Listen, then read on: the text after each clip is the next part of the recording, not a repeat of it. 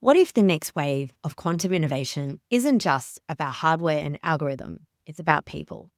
People with unexpected skills, diverse backgrounds, and the courage to build something that's never existed before. In this episode, we're stepping beyond the fundamentals to explore the future of quantum and the careers it's creating. Welcome to Emerging Tech Unpacked. I'm Lucy Lin, and this is part 2 of our special series with Australia's former Chief Scientist, Dr. Cathy Foley. If you haven't yet heard part 1, where we unpack the basics of quantum physics, technology, and computing and how they're already shaping our world, I highly recommend you pressing pause and starting there. It will give you a solid foundation for everything we're about to dive into.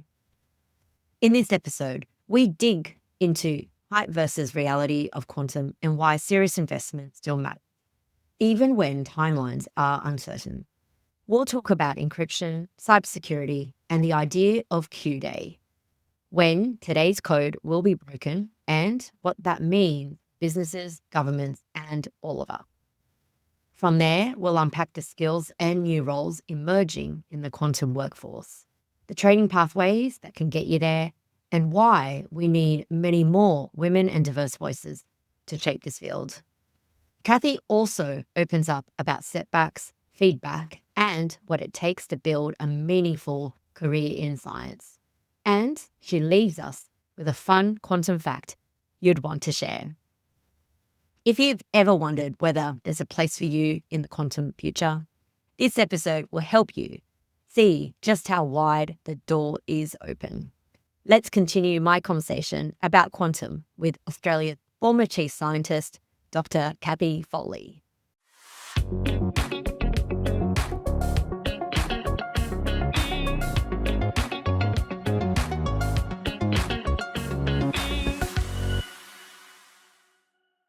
I interviewed a couple of scientist entrepreneurs as CSR on program sponsored a couple of my podcast episodes previous episodes. And it was quite interesting to hear their journey from being a scientist to trying to commercialize their research. And, we were talking about the difficulties and the challenges. And I'd love to hear, is there a lot of big challenges in quantum from the lab to the commercial sector as well? Yeah, look, the first thing is the tech is not straightforward. It's not like it's easy. And also quite often, especially on the technology side, if you're on the hardware side, the software side, you need to have access to, say, quantum computers, some of these early stage quantum computers, which you can access on the cloud, but it's quite expensive. So on one level, it's having the funds to be able to access them. On the hardware side, it's a lot of the investment is needed early on. And that's where you need to have, and we haven't got this yet, this is a gap which we need to work out how to deliver on this, is having almost like a transition flexi fab line or something that allows you to take things from the lab. Australia's got the fantastic Australian National Fabrication Facility, which is an NCRIS funded facility, which is on multiple nodes around the country, and they've all got bits that contribute to capability that allow the research to be done on state-of-the-art research equipment. But taking it then, before you can actually get the investment to be able to build your own full kit, that sort of valley of death transition from the lab, say an ANFF or lab to your own invested fabrication line is tricky, and we need to work out how to do what's needed and how to do that when there's multiple different requirements. So whether you do this in Australia, I'd like us to do that, or for example, countries like Japan have set up just in GQuat translation lab up there. Do we partner with them and do some there and some here? These are the sorts of things we have to think through, because money is scarce at the moment. And this is where, we have to remember it's not just all about Australia. This is a global opportunity, and no one country can do it all on its own. So that's one of the challenges which we haven't nailed yet in Australia, to be honest.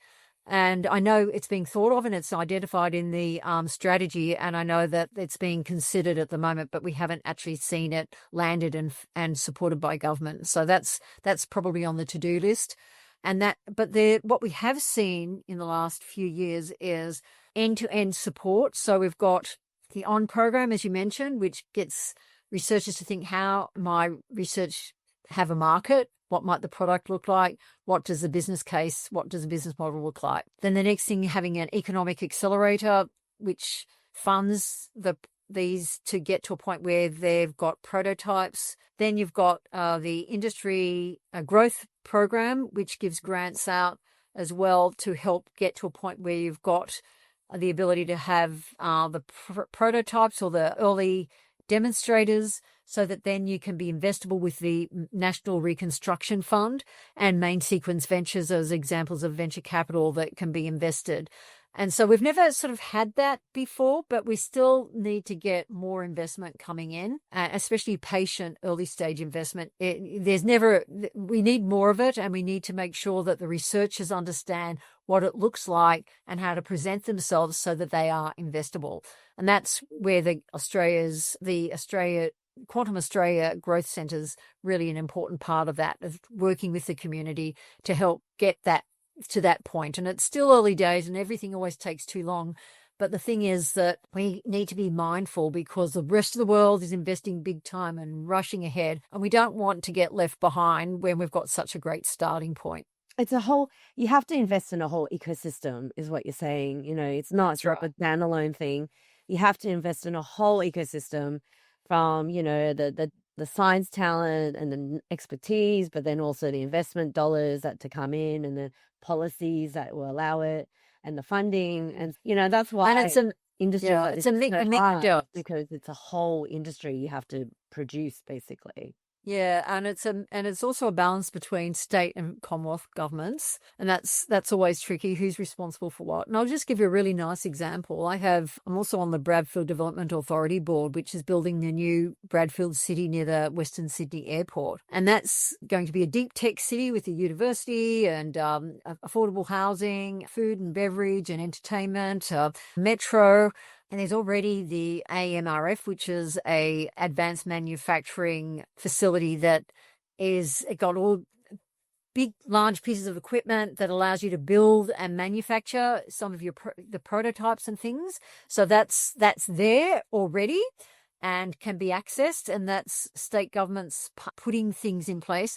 The next step is building a packaging facility, which will be a commercial packaging facility, because when people think about packaging, they think about the plastic and the cardboard boxes and stuff, devices. And when you look at any of your electronics, they've got the housings, the bit that, that says the container, but also the devices have to have wire bonding and putting it in packages so they can connect and have a level of interoperability, putting things on circuit boards and bringing the system together. That packaging capability is something where the New South Wales government has funded a sort of a research translation one through UTS and Sydney University and the Nano Hub there, and so that's getting underway. And then what they've done now is funding the packaging facility, which will be a building built and a proper infrastructure there with an international or the appropriate company to run that, so that therefore companies can go in there and do that work that's needed, so they don't have to have that infrastructure for themselves. And that's the sort of thing where we're seeing support from the different governments coming in and building up that ecosystem.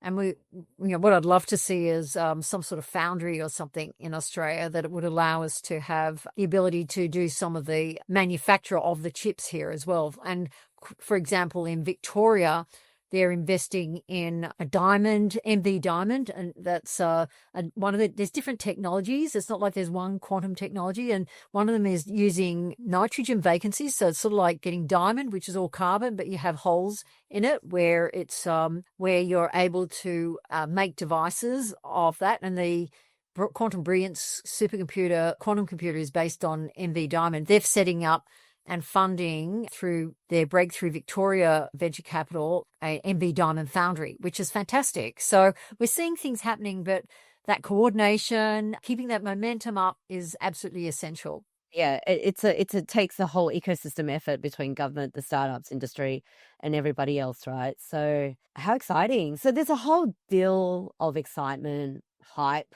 almost as well, substantial investments around quantum.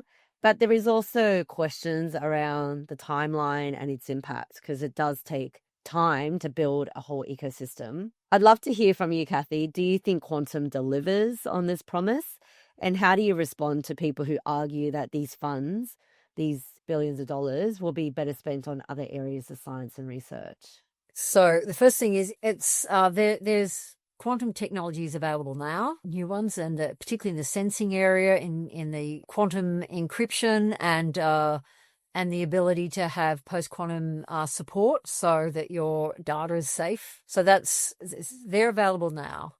There are early stage quantum computers which are already having an impact on different industry sectors, which are the early stage ones, which are not perfect, but you're able to do some of the early stage quantum computing calculations, which are already showing that you can do things on them which you can't do on a conventional computer. So that exists now. The timeline to get a fault tolerant one, which is one where it's a useful quantum computer, is expected to be by the end of this decade, and we are seeing a number of companies already on track to do that. And Quantum, which Australia's put a big bet on, is committed to doing that. And we're seeing other companies like Dirac and Silicon Quantum Computer also having timelines where they'll have early stage computers available. On the cloud, you can get D-Wave. AWS has a sort of a way of allowing you to go to access a range of different quantum computers through their front door.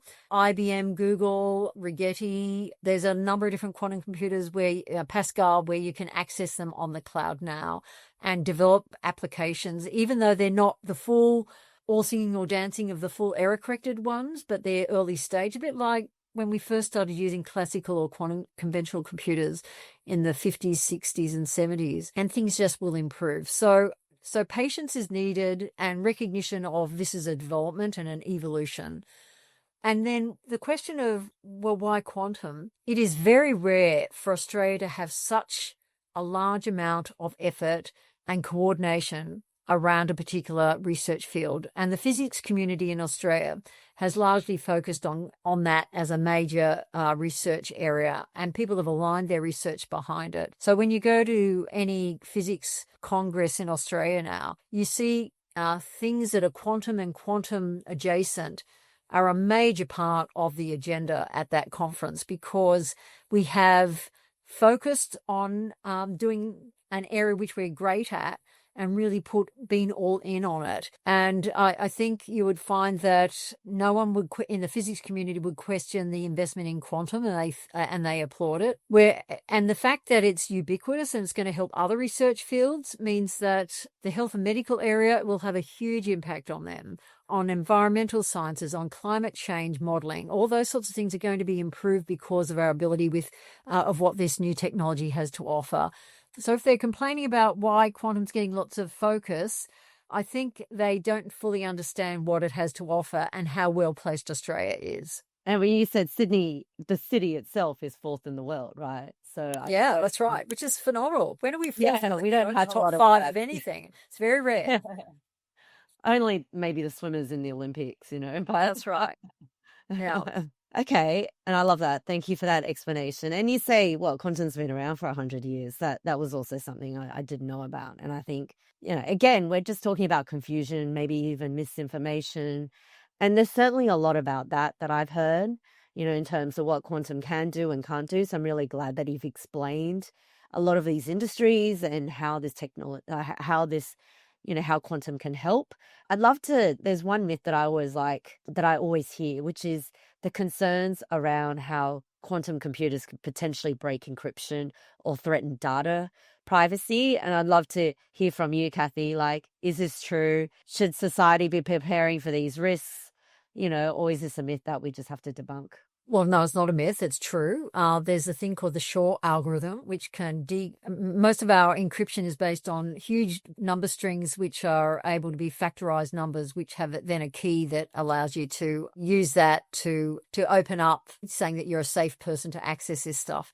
And being able to factorize a number in a computer takes a huge amount of time. And so that's why it's been a very useful and ubiquitous way of having security on data, and it's used in just about every way possible. But the Shor algorithm means that we can decrypt those in a short space of time. We're not there yet, and there's been some work done that's shown that Shor's algorithm on some of these basic new quantum computers that are still not all the way there yet are able to do that. But the thing is that a quantum computer is not something which you can take around in a small briefcase.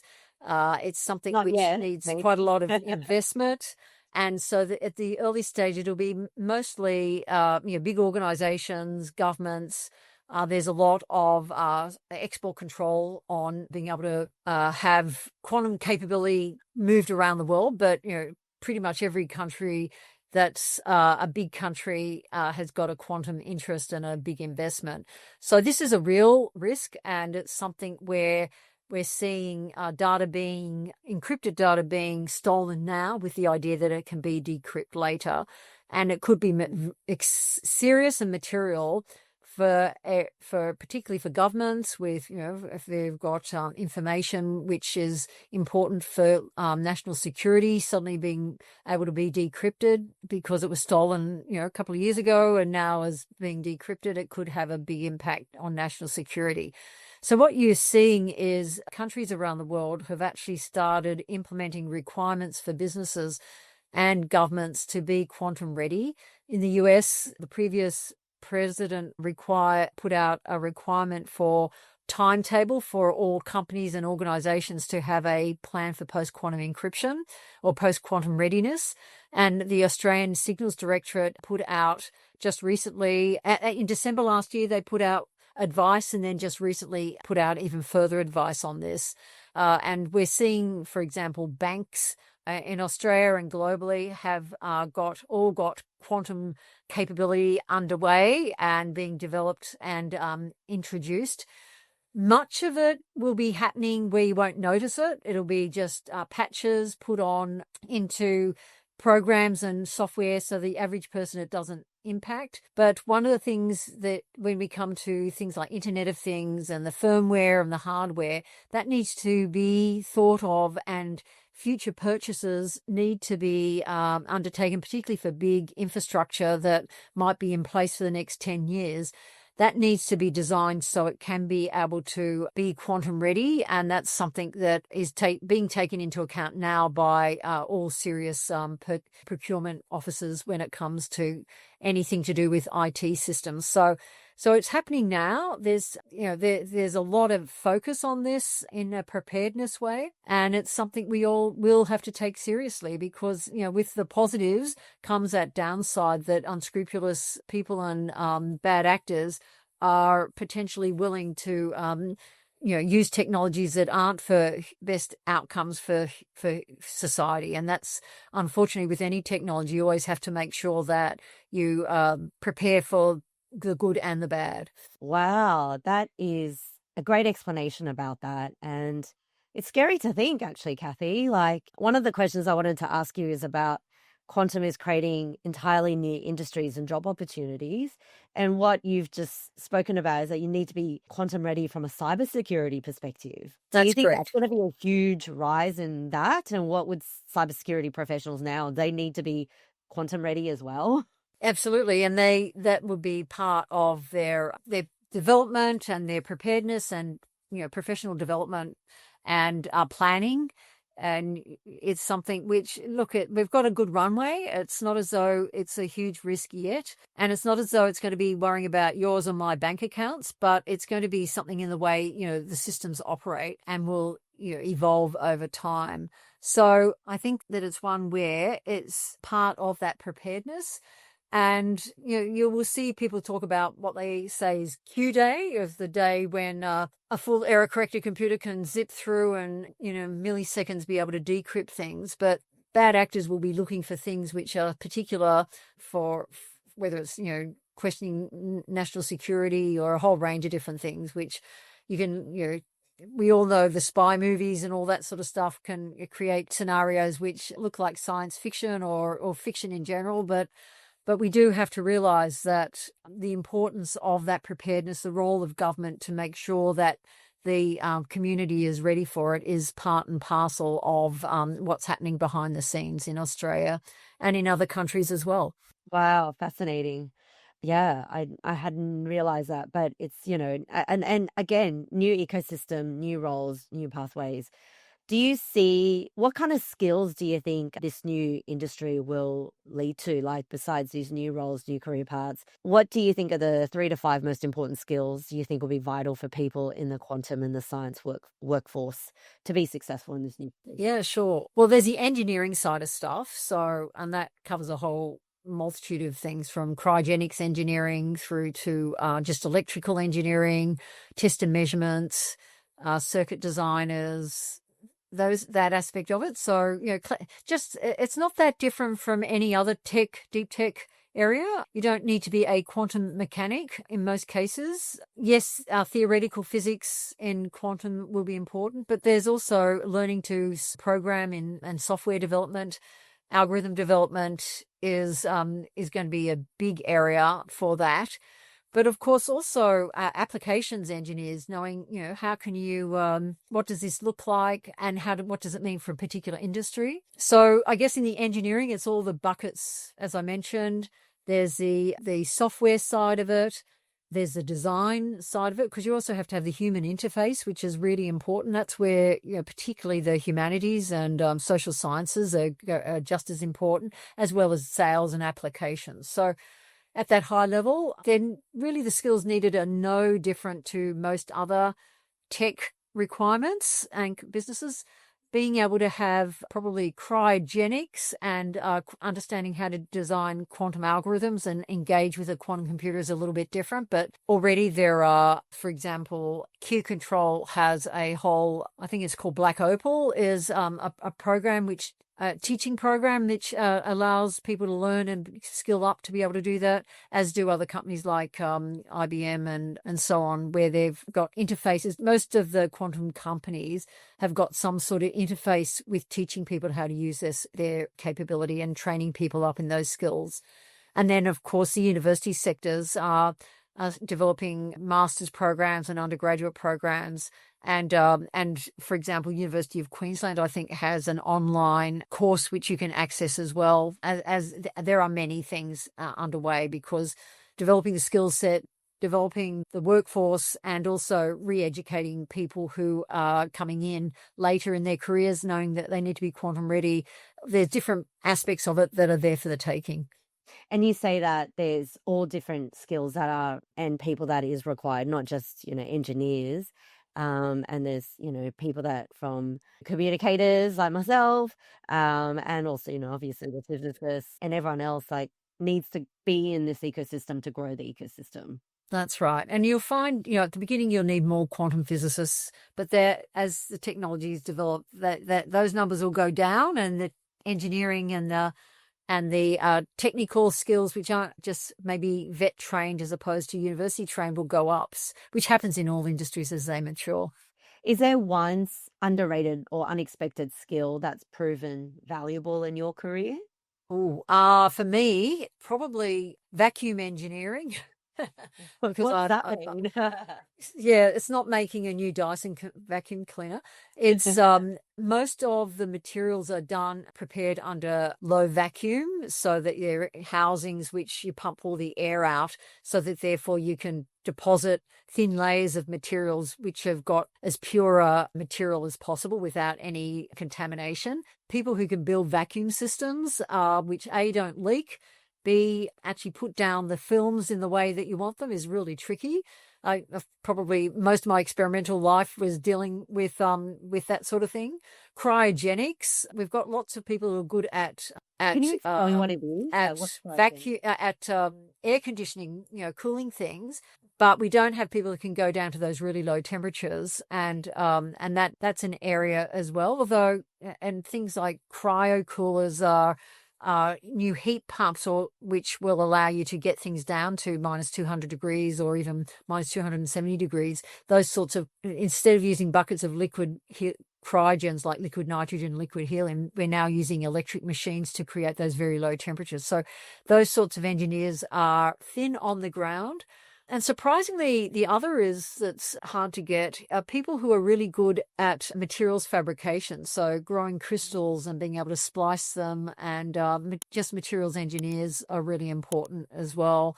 And that's been a skill that's been lost over a little while. And so trying to reskill that up is important as well. Interesting. Yeah, I didn't think about it, but I'm assuming all these quantum computers will be super hot. So you need No, they're not. They're super cold, actually. So cold. Oh, okay. yeah, so they operate at millikelvin temperatures. So that means they're getting close to the point of absolute zero. So that's about when you know how atoms vibrate when they're a solid, they vibrate and wobble, and then you heat them up, so they become a liquid, and the atoms fall over each other, and then eventually they get enough energy that they become a gas. So what we want for things to be as less noise as possible is to cool things down so they don't wobble too much at the solid state. And so in order to make quantum computers work as best as possible, this is more of the superconducting ones or the solid state ones. You tend to cool them down to low, to liquid helium, which is minus 270 degrees or thereabouts temperatures. But and that's why you see those, those things look like chandeliers, of those golden chandeliers. They're called dilution refrigerators, and the idea of those is to be able to get to those very tiny temperatures. But some of the new technologies like quantum, they don't need to get down to super cool temperatures because they're using photonics. They're using light down optical fibers as part of their quantum computer. So that's a different technique again. And then the NV diamond, which quantum brilliance is using, doesn't need to have that high level of cooling either. So different technologies have different approaches, and some are super cooled and some aren't. But most of them have some cold componentry just like, for example, high performance computers have lots of water flowing through them to keep them cool. I was watching your TEDx Melbourne talk, and the title. Oh, that was a long time ago. Doing for science. Cathy, you're a champion for diversity in STEM. And what changes have you seen over time for women in science? And what advice do you have for young scientists who wants to enter this field? The first thing is childcare is more readily available. When I had my children, there was no childcare. In fact, I built a childcare centre with some colleagues and government funding and ran it for 7 years as a treasurer because long daycare didn't exist, 36 years ago in Sydney. And so you had 6 children as well. Is that right, Cathy? Well, I have 3 of my own and 3 stepchildren. So yes. Wow. We've been together for a lot, many decades. So yes. Yeah. But childcare is one, but I don't think we've got that nailed yet because these days, kids go to school and vacation care and school holidays is still an issue. And I don't think we've got support of parents during school holidays is where it needs to be. And also, when kids get sick and that sort of thing, we haven't quite got it, but it's definitely improved, huge improvement there. So that's the first thing. Other improvements are in the physics world in particular. There's a lot more women and support of women. The physics community in Australia has been very supportive of women. And for example, in astronomy, there's now 50% of astronomers in Australia are women or astrophysics are women. And that's amazing. We haven't quite got there in quantum. It's probably less than 20%. It varies, depends. But there's been a real focus on that, though, with the Quantum Australia running a program at the moment, which I'm going to tonight, supporting training young women in quantum to really think about how to be entrepreneurial and present themselves and build up their skill and their confidence. So that's really good. I'm one of the coaches. Yeah. It's a great program. I'm looking forward to the event tonight, and it's great that you've been a coach. Thank you, Lucy.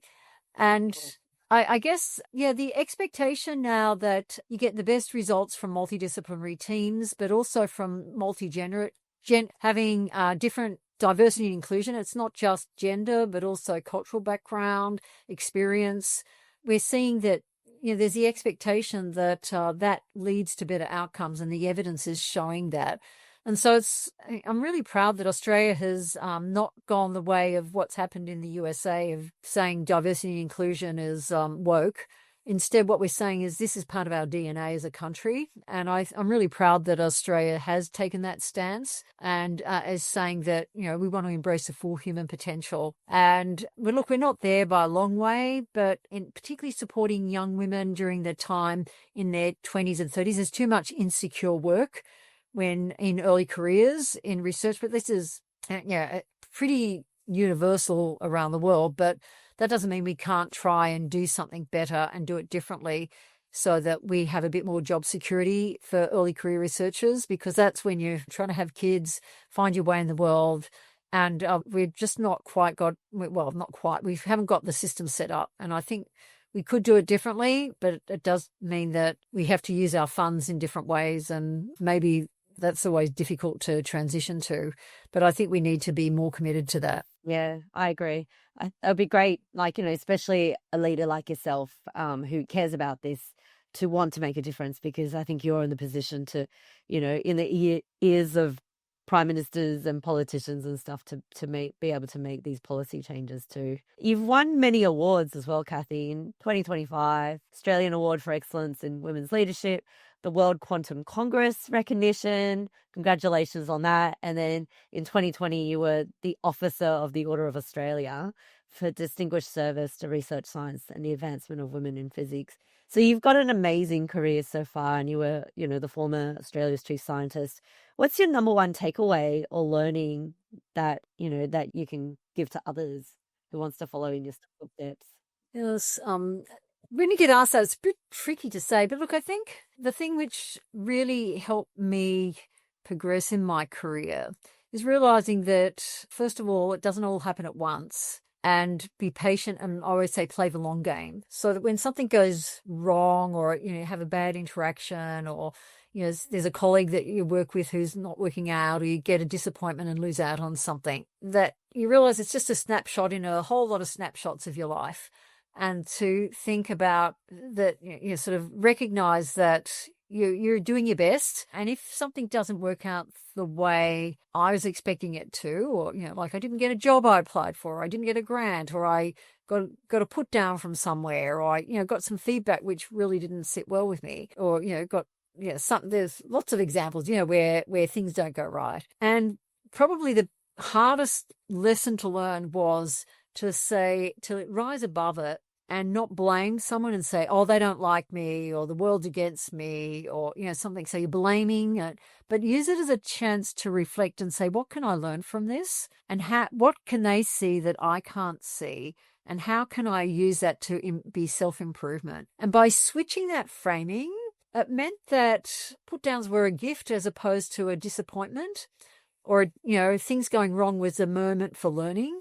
Because that's where you get your strength from, is the things that don't work. When things are working well, it's really easy to, be good and happy and blast away, but you actually don't learn much. You learn the most when you fail or things don't go your way, because that's when, you have to open your mind up to say, well, how can I do differently? Because that's how you get ahead. And I suppose that I probably learned that a little bit too late in life. To be honest, my career probably only took off after I recognized that. I can remember in my 30s, I didn't get a promotion, which I thought I was absolutely going to get.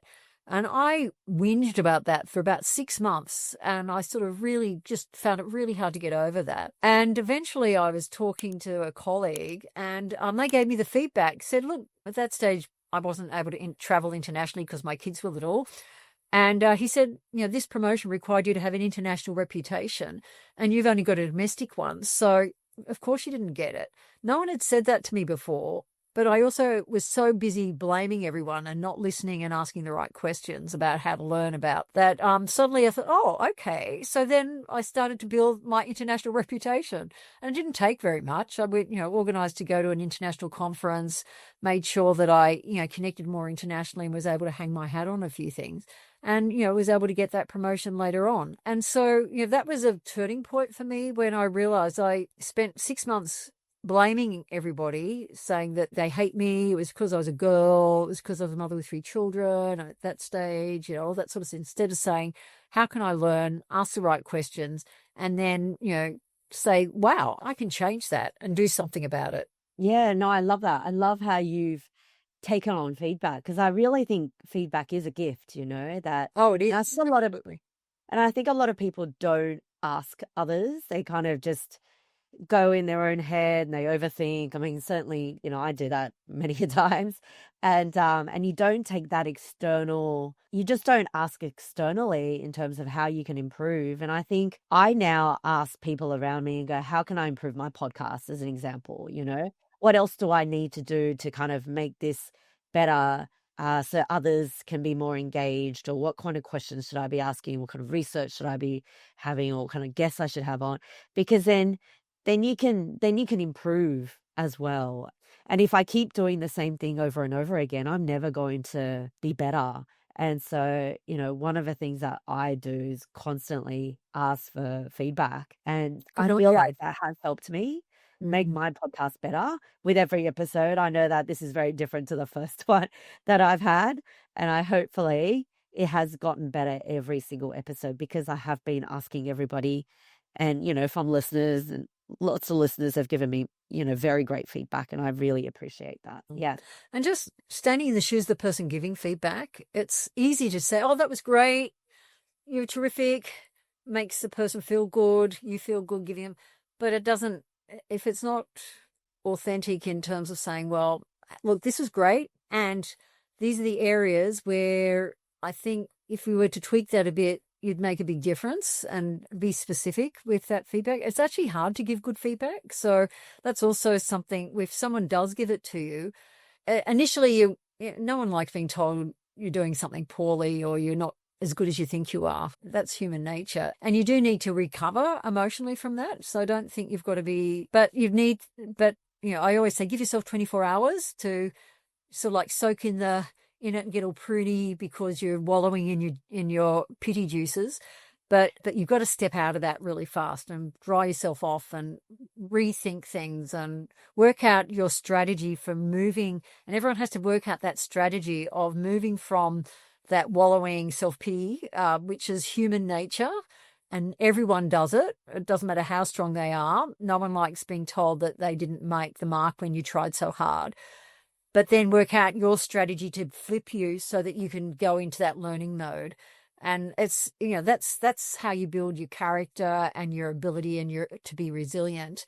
And think about also what your motivation is. Why is it that you're doing something? And you mentioned all those awards, all the ones you mentioned. I didn't apply for any of them. My motivation has always been, how can I do something? I'm privileged.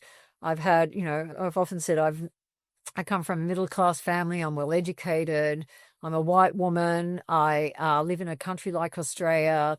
I've always had food to eat. Yes, sometimes when I was an early career researcher, the money was a bit tight and I wore hand-me-down clothes from my sisters and turned every dollar over multiple times before I spent it. So I know what it's like when things are tough, but it's not been that tough. And it's and so recognizing that I have a privileged situation and that I've got the ability to give back and make it better for other people has been my motivator. And the thing that I've found surprising is that by focusing on that and not on myself, as soon as I stopped focusing on myself and my career, I actually found that things just started doing better, because I don't know what it is, but it's almost like that quote that says it's about what you do, not the reward you get for it.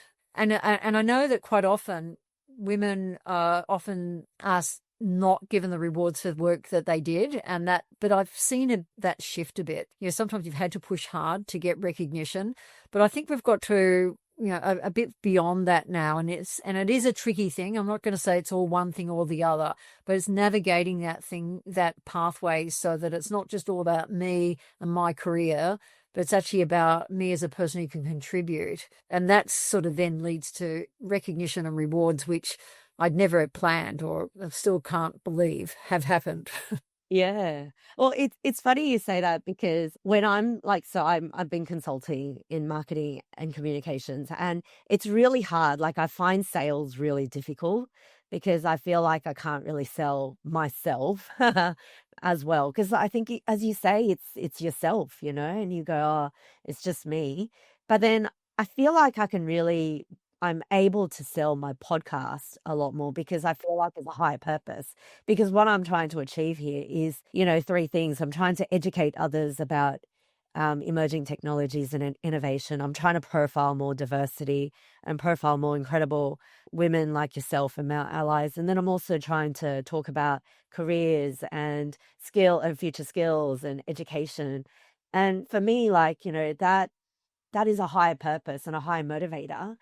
And it's so much easier for me to talk about than just, I can help you with some marketing communications, which I can't say I really love doing as much, but I love talking about that higher purpose. And I think that's the drive and the motivator. And it's quite interesting. Yeah, that's right. you nailed it. Yeah, that's exactly right. And it's funny, it's easier then to sell things when you're selling something which is of value to the other person, not Correct. so it's not about you, it's actually about what you're trying to achieve, which is amazing, which is why I said I'd love to be on your podcast. So Oh, you've done a good job there, Lucy. thank you. Yeah, but it's hard. You talk about how, in your 30s, you didn't get a, promotion. And all this work, I don't think people understand behind the scenes of how hard it is to make a podcast. There's a lot of research that goes into it. I was up till 1, 2 a.m. this morning, kind of like researching what I was going to talk to you about today. And and then, we had our conversation because I don't want to sound like a dumb dumb talking to Cathy Foley. And then, there's so much more work that goes on after this as well, because you got to edit, you got to market, you got to, get it out there. There's awareness, there's education. There's just so much things that people don't see, and that goes behind the scenes as well. But that's in any single industry, any That's single true. work that, there's a lot of work, like kind of like under that iceberg surface that people need to do.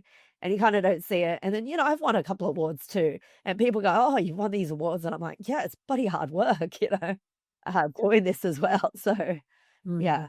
No, that's true. I think you've nailed it there in terms of there's an awful lot of work behind the scenes, and there's no such thing as instant success. When the people say the overnight success or overnight achievement, when in fact it's backed by a huge amount of work, often decades and decades of effort. And so there's no, the get rich quick ideas never work. Well, I think the same is with any sort of area. You've really got to put your heart and soul in it. And and that's, that's what leads to success, because you're dealing with trying to achieve something, not success. Yeah. Is it that compounding effort that you have? Because I think if anything like that's consistency, it's, constant work, you will get it, but it will take time. So it's that patience you talked about as well. I would love to understand your vision for quantum in the next decade or next few years. Like, what kind of breakthroughs or changes do you think will have a great impact on society?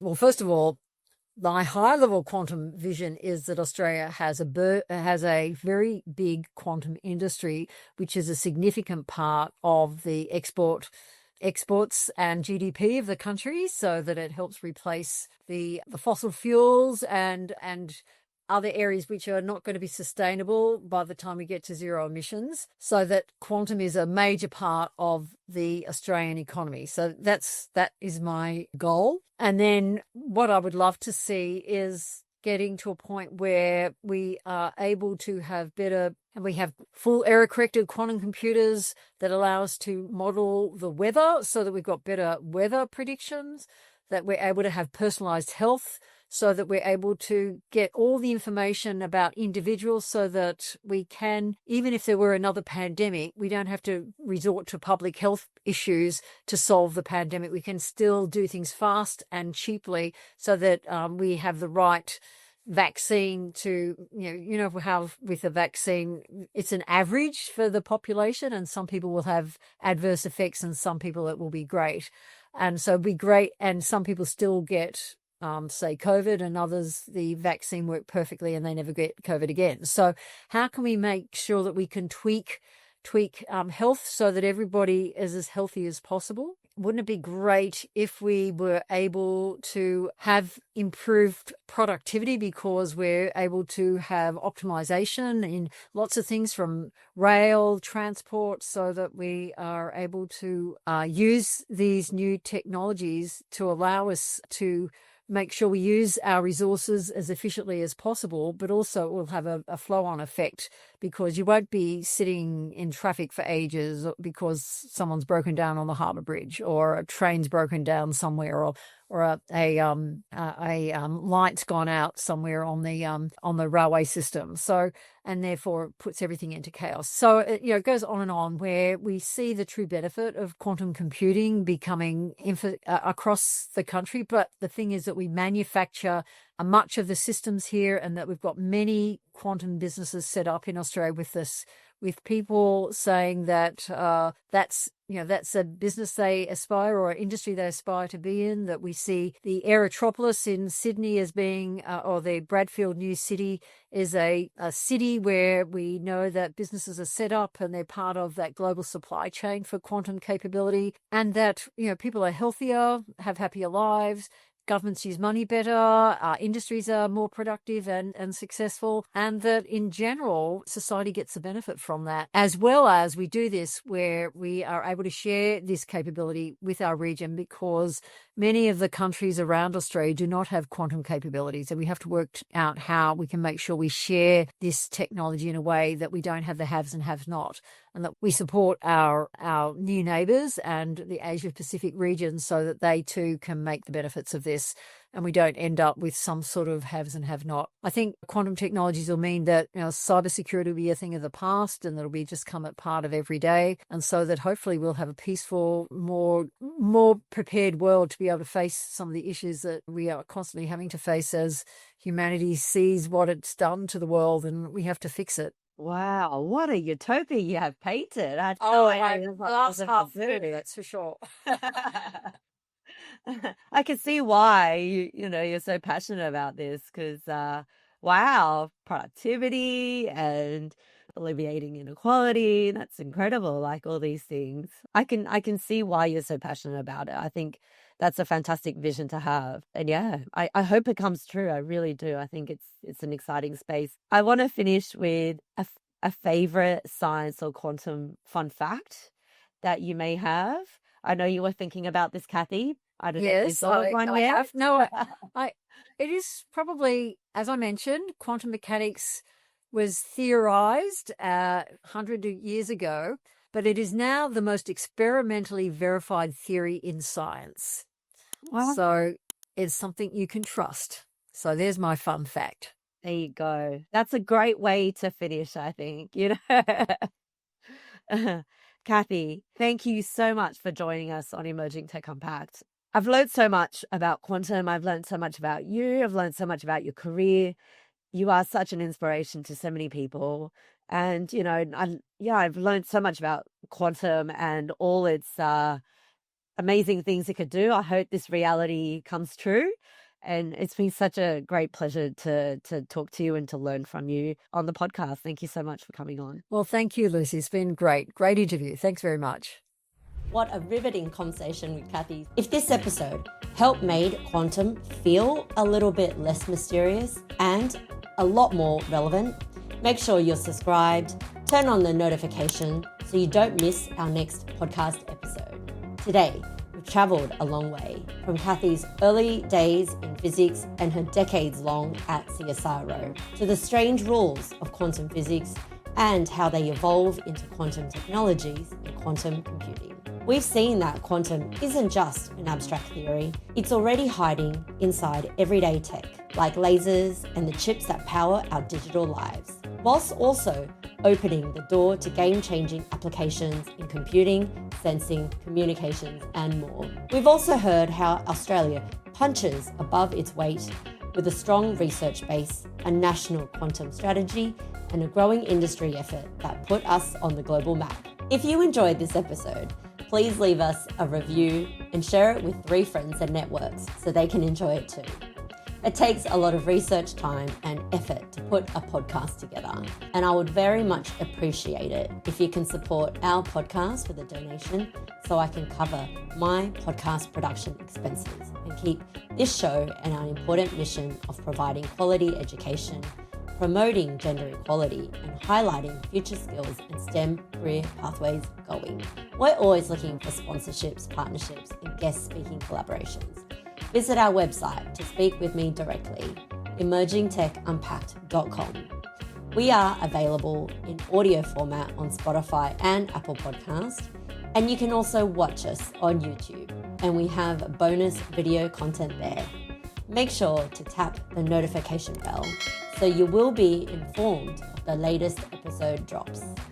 We are active on social media, so make sure to subscribe, like, and follow us on our social media channels, LinkedIn, Instagram, TikTok, and Facebook, to stay updated with the latest news and content. To get in contact with me, you can find me on LinkedIn by searching for Lucy Lin or on my website, lucy-lin.com. We welcome all feedback and will be very grateful if you can help us grow and spread the word by forwarding this episode to a friend and giving us a 5-star review. Thank you so much for your attention. My name is Lucy Lin, and thank you for listening to Emerging Tech Unpacked. Until next time, remember, understanding quantum doesn't require to be a physicist. Every question, curiosity brings us closer to unlocking the potential of this amazing innovation. See you in the next episode soon.